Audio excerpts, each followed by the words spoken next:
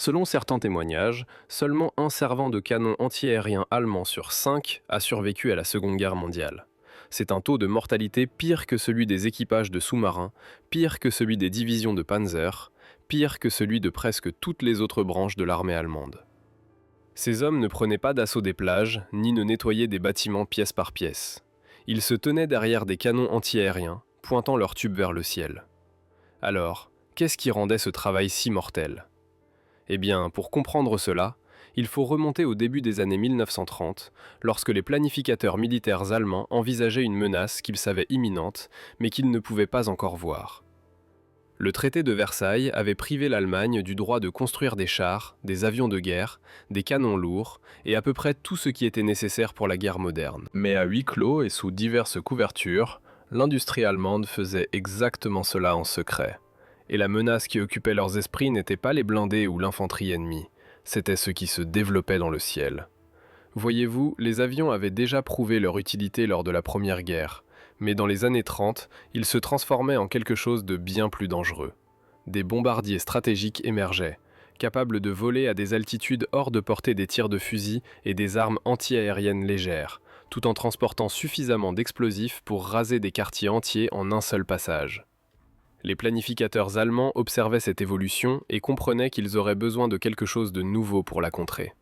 Les ingénieurs de Krupp reçurent la mission de créer une arme à haute vélocité capable d'atteindre ces bombardiers de haute altitude et de les abattre effectivement. Et après de nombreuses tentatives ratées et révisions de conception, ils produisirent finalement ce qui entrerait en service sous le nom de canon flak de 8,8 cm modèle 18. Or, ce terme flak était à l'origine une abréviation allemande pour canon anti-aérien, mais le mot finirait par échapper complètement au jargon militaire et s'intégrer dans l'anglais courant. Encore aujourd'hui, lorsque quelqu'un se plaint de recevoir des critiques pour quelque chose qu'il a dit ou fait, il fait inconsciemment référence aux tirs anti-aériens qui ont tellement marqué des équipages aériens alliés que le terme est tout simplement resté. Alors, qu'est-ce qui distinguait réellement cette arme des canons anti-aériens antérieurs ? Eh bien, voyez-vous, le canon tirait des obus vers le ciel à haute vélocité, et ces projectiles portaient des fusées temporelles réglables que les équipages pouvaient régler pour exploser à une altitude spécifique, ce qui signifiait qu'on n'avait pas besoin d'un coup direct pour causer de sérieux dégâts. S'approcher suffisamment aspergerait la cible de fragments métalliques à haute vitesse, capables de déchiqueter les ailes, de détruire les moteurs et de tuer les membres d'équipage qui n'avaient presque aucune protection contre ce type d'attaque. Un obus qui frappait réellement un avion le détruisait complètement, mais l'effet de fragmentation étendait considérablement la zone létale. De plus, l'arme reposait sur une plateforme cruciforme qui permettait aux équipages de pivoter et d'élever rapidement dans n'importe quelle direction, suivant des cibles rapides à travers le ciel, avec une plage d'élévation allant de juste en dessous de l'horizontale jusqu'à presque verticale. Cette même flexibilité se révélerait utile contre un type de cible complètement différent avant longtemps.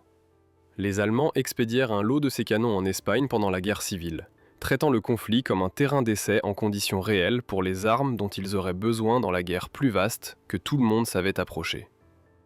Les résultats attirèrent une attention considérable, mais probablement pas pour les raisons auxquelles vous vous attendriez. Lorsque les analystes examinèrent les registres d'engagement d'Espagne, ils trouvèrent quelque chose de surprenant. Sur près de 400 actions de combat documentées, à peine 30 impliquaient des avions.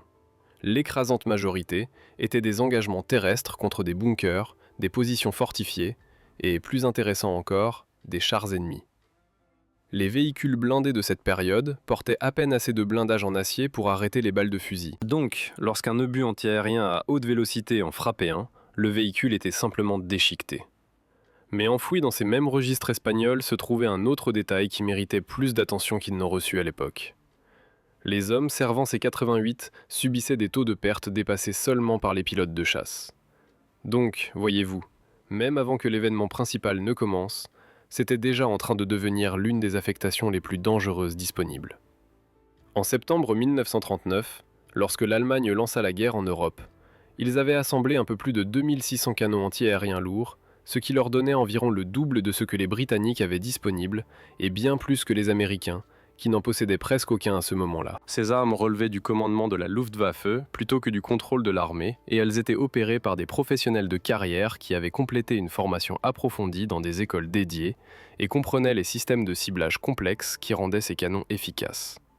Au cours des années suivantes, l'Allemagne fabriquerait environ 21 000 canons de diverses versions de 88 mm, mais les équipages qui servaient ces armes paieraient cher cette puissance de feu. Maintenant, pour comprendre pourquoi les pertes grimpèrent si haut, vous devez d'abord savoir ce que servir l'une de ces armes exigeait réellement. Le canon pesait environ 7 tonnes et s'élevait à plus de 2 mètres lorsqu'il était installé pour l'action, créant un profil énorme visible à travers des kilomètres de terrain découvert, donc la dissimulation n'était tout simplement pas possible avec quelque chose de cette taille. Un équipage complet comptait 10 ou 11 hommes, et l'arme était conçue pour être remorquée derrière une semi-chenillée pour fournir la mobilité que les tactiques allemandes exigeaient. Mais cette mobilité comportait une limitation sérieuse. La transition de la configuration routière à l'état de combat prenait à un équipage bien entraîné environ 2 minutes et demie. Et pendant tout ce processus, il devait détacher les assemblages de roues, abaisser les supports stabilisateurs et préparer l'arme tout en restant complètement exposé aux menaces qui venaient vers eux. Or, 2 minutes et demie ne semblent rien jusqu'à ce que des blindés ennemis se rapprochent de votre position ou que des avions soient déjà au-dessus de vous. Chaque position d'équipage exigeait des compétences spécifiques et tout le système dépendait de chaque homme faisant correctement son travail. Un commandant dirigeait l'engagement tandis que 2 artilleurs visaient physiquement l'arme à travers des commandes horizontales et verticales séparées, suivant les cibles à travers le ciel. 2 régleurs de fusée ajustaient les retards temporels sur les obus pour qu'ils explosent à la bonne altitude. Un chargeur poussait des munitions fraîches dans la culasse entre les tirs et 4 manutentionnaires maintenaient le flux de munitions pendant les tirs soutenus. Au-delà du canon lui-même, une autre équipe de 5 hommes opérait le commando Gerät, qui était essentiellement une machine à calculer mécanique qui élaborait des solutions de tir et alimentait les données de ciblage à chaque canon de la batterie en même temps. Les calculs que ce système effectuait étaient assez impressionnants compte tenu que tout se passait mécaniquement et sous pression de combat. Un équipage dédié suivait les bombardiers approchant, déterminait leur vitesse, hauteur et cap, puis calculait le point dans le ciel où l'avion serait au moment où les obus atteindraient réellement cette altitude, ce qui, à des distances plus élevées, pouvait signifier prédire la position d'une cible plus de 20 secondes dans le futur. Les obus quittaient le canon à environ 2700 pieds par seconde, et pouvaient engager des cibles à environ 26 000 pieds, bien que des canons usés ou mal entretenus pouvaient se rompre sous la pression de tirs répétés, ce qui faisait du maintien de la propreté de l'arme une question de survie. Chaque projectile pesait un peu moins de 10 kg, tandis que la cartouche complète, avec son étui en laiton, atteignait plus de 14 kg. À l'intérieur de chaque obus explosif se trouvait environ 1 kg de matière explosive entourée d'une enveloppe en acier conçue pour se briser en fragments lors de la détonation. Et un seul obus éclatant disperserait environ 10 000 éclats métalliques à haute vélocité à travers une zone de destruction de 10 à 15 mètres. Ces bouffées sombres visibles dans les photographies et actualités de guerre étaient des nuages en expansion d'éclats d'obus qui pouvaient déchiqueter la peau des avions, sectionner les câbles de commande et tuer les membres d'équipage qui n'avaient aucune protection contre des fragments se déplaçant à de telles vitesses. Cependant, il y avait une lacune critique que les Allemands ne parvinrent jamais à surmonter. Alors que les Alliés développaient et déployaient des fusées de proximité, qui étaient des dispositifs déclenchant automatiquement la détonation lorsque les obus passaient près des cibles, les Allemands s'en tinrent aux fusées temporelles du début à la fin. Cela signifiait que leurs obus explosaient fréquemment trop tôt ou trop tard, même lorsque les équipages avaient tout calculé correctement. Les Alliés avaient un réel avantage ici, que le volume de tir allemand ne pouvait que partiellement compenser. La cadence de tir atteignait 15 à 20 coups par minute grâce à un mécanisme de culasse semi-automatique qui éjectait les douilles usées après chaque tir et pouvait être réglé pour tirer automatiquement dès qu'une nouvelle munition était en place. Au fur et à mesure que le conflit se poursuivait, l'Allemagne déploya des armes encore plus lourdes. Les canons de 10,5 cm et 12,8 cm tiraient des obus pesant 15 et 26 kg respectivement, contenant le double ou le triple de la charge explosive des munitions standards de 88 mm.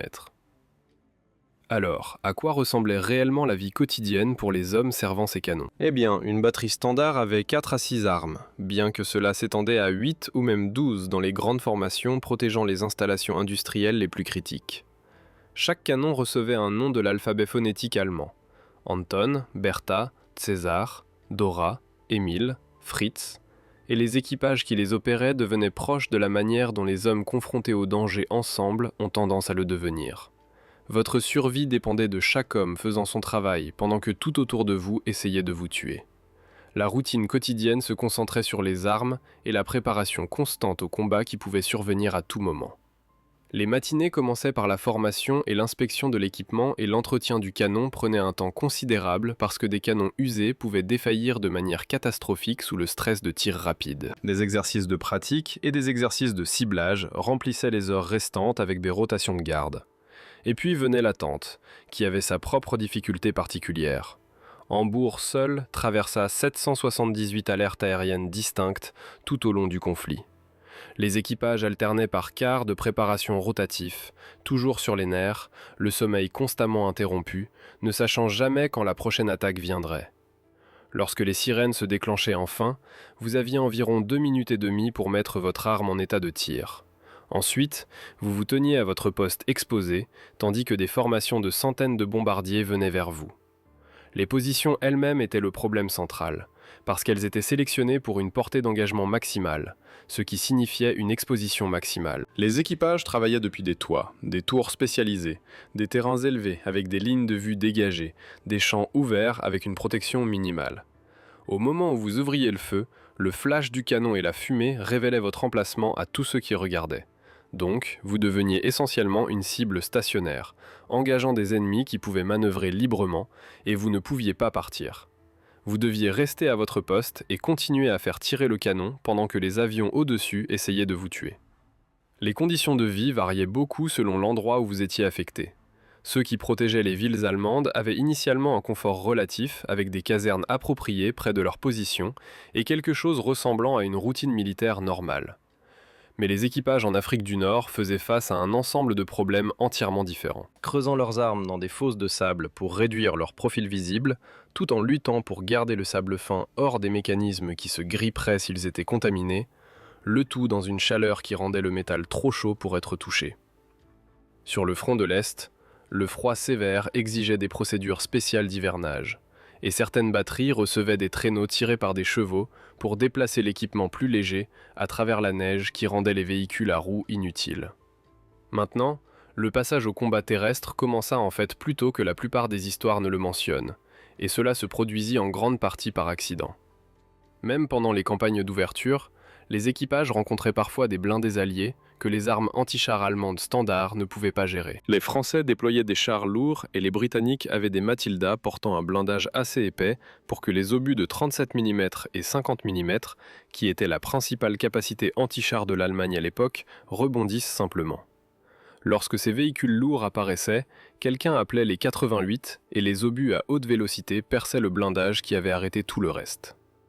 L'approche fit ses preuves pendant la campagne de France en mai 1940. Les blindés britanniques lancèrent une contre-attaque inattendue contre la division de Rommel et les chars légers allemands se trouvèrent repoussés.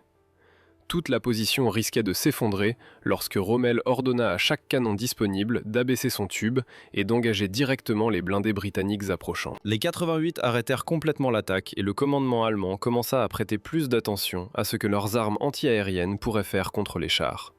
Rommel transforma cela en un piège délibéré dans les combats du désert, à un endroit que les tankistes britanniques renommeraient sinistrement Hellfire Pass, en juin 1941.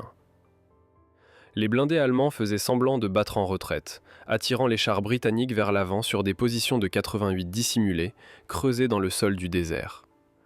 13 canons faisaient face à 190 chars britanniques cet après-midi-là, et l'engagement fut complètement unilatéral. Environ 100 véhicules furent détruits, y compris des Matilda lourdement protégés, qui étaient censés pouvoir encaisser des coups de tir anti-chars conventionnels. Les artilleurs atteignirent en moyenne environ une destruction par 20 coups, ce qui est une assez bonne précision selon n'importe quel standard. La vague de tête fut anéantie en quelques minutes, avec 11 véhicules d'une formation de 12 chars détruits presque immédiatement. Le dernier message radio du commandant britannique rapportait qu'une sorte de canon déchirait son escadron. Puis son propre char fut touché. Un membre d'équipage britannique capturé par la suite ne pouvait pas croire qu'utiliser des canons anti-aériens contre des chars était considéré comme loyal. Ce qui rendait cela efficace était une combinaison de qualités qui s'appliquait tout aussi bien aux cibles terrestres qu'aux avions. La trajectoire tendue, la haute vélocité, la précision et de bonnes visées optiques. Ces mêmes qualités se révélèrent tout aussi efficaces sur le front de l'Est, où l'Allemagne reçut un choc assez désagréable. Les chars soviétiques T-34 et de la série KV avaient un blindage que les armes anti-chars allemandes conventionnelles ne pouvaient pas pénétrer à aucune distance pratique. Le 37 mm gagna rapidement le surnom de heurtoir de porte parmi les troupes allemandes parce que le tirer ne faisait rien d'autre que révéler votre position à un ennemi que vous ne pouviez pas blesser. Donc, pendant un temps au début de cette campagne, le 88 était pratiquement la seule arme que l'Allemagne avait qui pouvait détruire de manière fiable les blindés lourds soviétiques au-delà de 1000 mètres. Des munitions spécialisées rendaient cela possible. Les obus perforants étaient conçus non seulement pour pénétrer l'acier, mais pour exploser à l'intérieur après avoir percé, causant un maximum de dégâts à l'équipage et à l'équipement. Ces obus pouvaient vaincre environ 100 mm de plaques de blindage à 2 km, ce qui était plus que tout ce que les Alliés déployèrent pendant tout le conflit. Mais pour les équipages formés au travail antiaérien, ce passage à la destruction de chars semblait complètement différent. Voyez-vous, le service antiaérien avait une certaine distance. Vous regardiez les instruments, effectuiez des calculs et engagiez des points distants qui étaient souvent difficiles à voir clairement. Le combat terrestre signifiait regarder directement les véhicules que vous détruisiez, les regarder brûler, parfois voir les membres d'équipage essayer de s'échapper.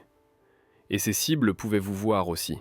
Elles ripostaient, essayant tout aussi fort de vous tuer, et cette distance avait disparu. Au fur et à mesure que ce double rôle s'étendait, les équipages de flak se trouvaient ciblés par pratiquement tout le monde sur le champ de bataille. Comprenant à la fois l'efficacité et la vulnérabilité de ces hommes, le commandement allemand reconnut qu'il devait protéger cette puissance de feu d'une manière ou d'une autre. Donc, les ingénieurs adaptèrent l'arme pour des plateformes blindées. Le char Tigre entra en combat fin 1942, montant une version du 88 que les équipages de chars alliés craignirent pour le reste du conflit. Les chasseurs de chars, comme le Nashorn et l'Éléphant, portaient une version encore plus puissante. Ces véhicules avaient des problèmes mécaniques, mais les canons qu'ils montaient étaient considérés par les deux camps comme les meilleures armes anti-chars de toute la guerre, capables de détruire les blindés ennemis à des distances où le tir de retour n'était pas vraiment possible.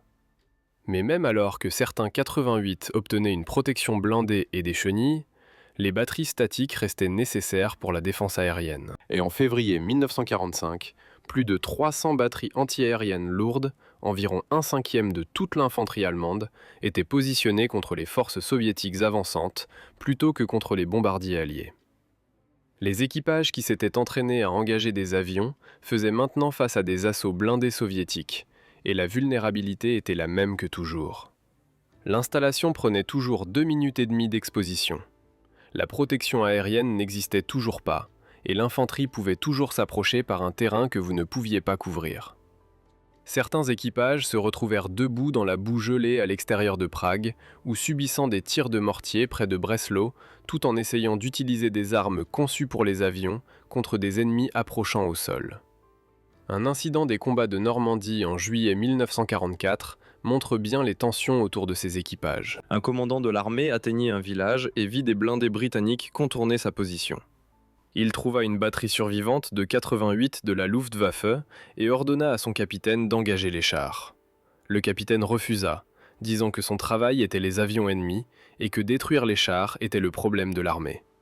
Le commandant sortit son pistolet et lui dit qu'il pouvait soit ouvrir le feu, soit mourir là où il se tenait.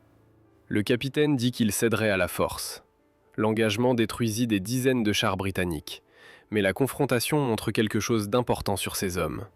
Ils servaient sous commandement de la Luftwaffe, pas sous autorité de l'armée, et beaucoup résistaient à être poussés dans des combats terrestres pour lesquels ils ne s'étaient jamais préparés, forcés de mourir dans des rôles qu'ils n'avaient pas choisis par des officiers d'un service différent. Pendant la phase d'ouverture de la guerre, l'Allemagne avait une supériorité aérienne totale à travers l'Europe, ce qui signifiait que les équipages antiaériens faisaient face à des demandes relativement légères.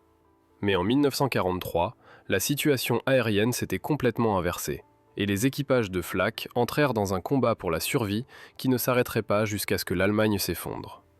Les Alliés menaient ce qui équivalait à un bombardement non-stop avec des avions britanniques attaquant la nuit et des formations américaines pendant le jour, créant un cycle ininterrompu de destruction. L'échelle était difficile à saisir. Les attaques sur Dresde impliquaient plus de 1200 avions. Dortmund reçut près de 5000 tonnes de bombes de plus d'1 millier d'avions lors d'un seul raid en mars 1945. Au moment des débarquements de Normandie, la Luftwaffe avait été si gravement endommagée qu'elle ne parvint qu'à 250 sorties contre près de 14 000 missions alliées ce seul jour. La protection des chasseurs qui avaient autrefois couvert l'espace aérien allemand avait disparu. Seules les batteries de flak restaient. Un artilleur enregistra à quoi ressemblaient ces attaques depuis son poste en août 1944. Des points sombres apparaissaient dans le ciel bleu, regroupés ensemble, grandissant à mesure qu'ils approchaient. Lorsque la formation entrait dans la portée d'engagement, l'ordre de tir venait, et puis c'était coup après coup, salve après salve, jusqu'à ce que les bombardiers passent hors de portée, ou que vous soyez mort. L'efficacité antiaérienne empira en fait au fur et à mesure que la guerre avançait, et les Alliés utilisaient des contre-mesures plus avancées. Pendant les phases antérieures, environ 4000 obus étaient nécessaires en moyenne pour abattre un seul bombardier. Plus tard, ce chiffre grimpa à 16 000, alors que le brouillage radar dégradait le contrôle de tir allemand. Mais le volume de tir signifiait que les pertes alliées continuaient quand même. Des centaines d'avions furent abattus, des milliers de membres d'équipage moururent ou sautèrent en parachute sur le territoire allemand pour être capturés. Ce que les équipages aériens alliés traversaient en entrant dans l'espace aérien défendu resta avec les survivants pour la vie. Un Américain se rappela avoir volé à travers un flak si dense qu'il bloquait le soleil, décrivant environ 10 secondes qui ressemblaient à une éclipse totale. Les planificateurs britanniques calculèrent qu'attaquer seulement 488 batteries signifiait accepter environ 12% de pertes autorisées. Les bombardiers eux-mêmes n'offraient presque aucune protection avec leur coque en aluminium mince et un blindage uniquement autour des systèmes les plus critiques. Les membres d'équipage avaient peu de défense contre les éclats d'obus et les conduites de carburant. Les moteurs et les systèmes hydrauliques étaient tout aussi exposés, mais les pertes allaient dans les deux sens, et les commandants alliés savaient ce qui devait être fait. Les chasseurs bombardiers devinrent l'arme principale contre les positions de défense anti-aérienne. Les Thunderbolt, Mustang et Typhoon chassaient délibérément les batteries anti-aériennes, sachant que les détruire améliorait les chances de survie des bombardiers qui suivaient derrière. Ces chasseurs balayaient en avant des formations principales, mitraillant les positions de canon avant l'arrivée des bombardiers lourds. Les bombardiers eux-mêmes transportaient des mitrailleuses qui pouvaient atteindre les servants de canon exposés, et des armes spécialisées furent développées spécifiquement pour tuer ces artilleurs. Des bombes à fragmentation conçues pour exploser au-dessus des positions suspectées et arroser tous ceux en dessous avec des fragments. Fondamentalement, les Alliés utilisaient la même approche que les Allemands utilisaient contre eux. Un officier stationné sur une tour de forteresse en béton à Berlin observa des flots de bombardiers américains passer intacts à travers d'épais nuages d'obus explosifs, continuant calmement vers leur cible pour larguer leurs bombes. Lorsque le commandant de la Luftwaffe visita la position, son expression ne ressemblait en rien à la confiance qu'il avait montrée après la victoire en France. Un collègue officier dit que s'il réalisait seulement maintenant que la guerre était perdue, il était en retard. Ces tours de défense anti-aérienne méritent d'être mentionnées comme des structures assez impressionnantes, même si elles n'ont rien changé au final. 8 complexes majeurs furent construits à travers Berlin, Hambourg et Vienne. Des forteresses en béton avec des murs assez épais pour encaisser des coups directs de bombes lourdes. Elles contenaient des munitions, des installations médicales, des provisions et un espace d'abri pour des milliers de civils pendant les raids. Leur puissance de feu était sérieuse, avec de lourds affûts jumelés de 12,8 cm soutenus par des 88 et des armes à tir rapide plus légères pour les cibles proches. Mais il y en avait simplement trop peu pour avoir de l'importance. Les planificateurs alliés trouvèrent leurs emplacements et volèrent autour d'elles. À la fin de la guerre, ces tours étaient devenues des positions ultimes, parmi les derniers endroits à se rendre. Au-delà de l'action ennemie, l'équipement lui-même était dangereux. Les obus échouaient parfois ou détonaient prématurément, et les brûlures causées par les douilles chaudes et les canons surchauffés se produisaient régulièrement. Et il y avait un danger qui est rarement mentionné. Les fragments de vos propres obus retombant après avoir explosé en altitude. Vous voyez, ce qui monte redescend, et des milliers d'éclats d'acier tombant du ciel ne se souciaient pas de savoir s'ils touchaient les équipages aériens alliés ou les artilleurs allemands en dessous. Les professionnels entraînés de la Luftwaffe qui opéraient ces armes au début de la guerre ne durèrent pas longtemps. Les pertes continuèrent de s'accumuler et en janvier 1943, elles étaient devenues suffisamment graves pour que le régime émette un ordre de conscription. Des classes scolaires complètes de garçons nés en 1926 et 1927, ce qui les rendait âgés de 15 à 17 ans, reçurent leurs papiers. Ils se présentèrent en février et en quelques semaines servaient sur des armes lourdes défendant les villes allemandes. Après cela, des garçons encore plus jeunes suivirent.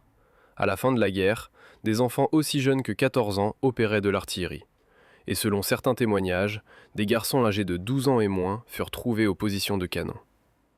Les forces américaines auraient pris en charge des enfants aussi jeunes que 8 ans. Environ 200 000 garçons servirent comme artilleurs antiaériens avant que l'Allemagne ne se rende. La formation qu'ils reçurent n'avait rien à voir avec celle que les professionnels obtenaient. Un survivant l'a qualifié de précipité, juste quelques semaines de pratique à la batterie où vous serviriez réellement. Un autre se rappela être arrivé un matin et avoir été assigné comme chargeur cet après-midi-là même. Pourtant, ce n'étaient pas juste des aides passant des obus aux adultes. Ils constituaient des équipes de canons complètes, travaillant comme artilleurs, chargeurs et opérateurs d'équipements complexes de contrôle de tir. Un vétéran qui servit comme artilleur de pointage en direction à 16 ans dit que l'arme était massive et très lourde. La tournée pour suivre les cibles, expliqua-t-il, donnait l'impression d'essayer de déplacer le monde entier. C'était le genre de travail donné à des garçons à peine sortis de l'enfance. Les rôles des femmes s'élargirent également.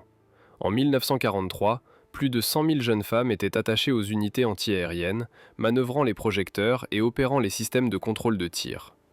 En 1944, elles pouvaient servir directement les armes, et à la fin de la guerre, certaines batteries protégeant Berlin étaient opérées entièrement par des femmes.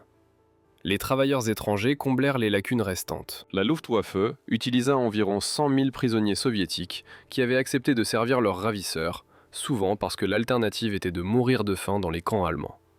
Ils recevaient des uniformes et étaient chargés de manipuler les munitions, mais ils savaient ce qui arriverait si l'Allemagne perdait.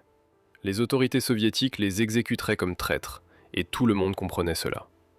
En avril 1945, près de la moitié de tout le personnel antiaérien consistait en civils ou auxiliaires, travailleurs industriels qui servaient les canons la nuit et retournaient aux équipes d'usine pendant la journée. Prisonniers de guerre, ressortissants étrangers de Lettonie à la Croatie, étudiants qui auraient dû être à l'école, membres de milices âgées et femmes.